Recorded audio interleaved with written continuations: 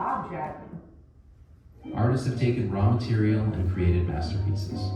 Modern artists have taken a bed, a teacup, and a bicycle wheel and done the same. This video is called Transforming Everyday Objects, a theme we'll explore using 3 works. This is Marcel Duchamp's bicycle wheel. Duchamp created it in 1913, and it has been in MoMA's collection for almost 50 years. It looks a lot like a bicycle wheel on a stool because it's a bicycle wheel on a stool. But much more interesting than the way it looks is the ideas associated with this work. It was one of many works Duchamp called ready-mades. A shovel, a bottle rack, a hat rack, a coat rack, and a bicycle wheel. Ready-mades challenged every definition of art ever. Art is handmade by the artist. It's a normal bicycle wheel. It's a normal stool. These are all ready-made objects. Art is beautiful. If you want to look at a bicycle wheel upside down, stuck in a stool, and find that beautiful, it's possible. But I think we're on the wrong track. Duchamp, in fact, criticized so many modern artists as being, in his words, retinal. In other words, eye candy, something to look at. And if you introduce your taste, you go back to the old ideals of taste, and taste is the great enemy of ART. Of course, Duchamp's own taste is critical here. Duchamp's a troublemaker.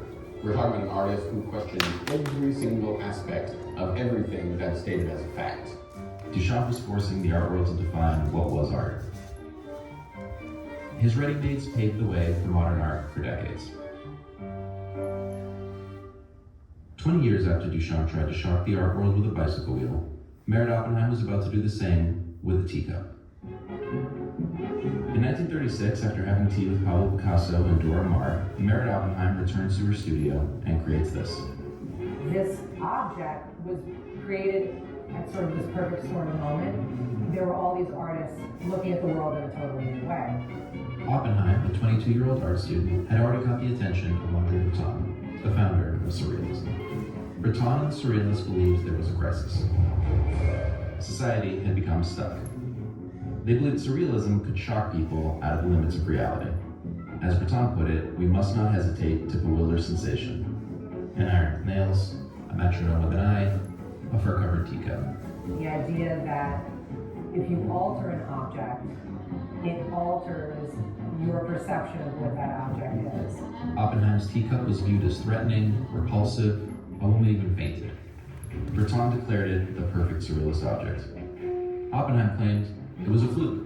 I had been making fur-covered jewelry to make a little money. I showed a piece to Picasso and Dora Maar, and they joked that anything could be covered in fur.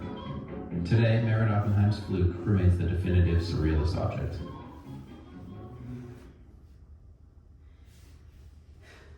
"20 years later in New York, art was being very serious.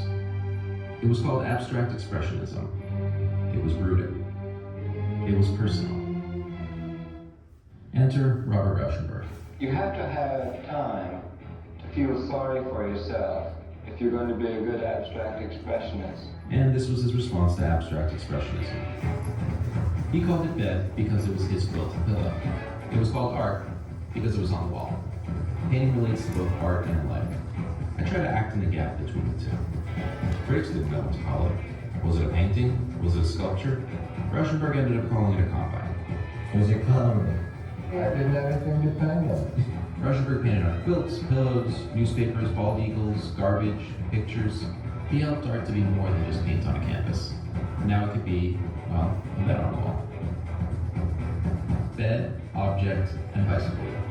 Transforming everyday objects.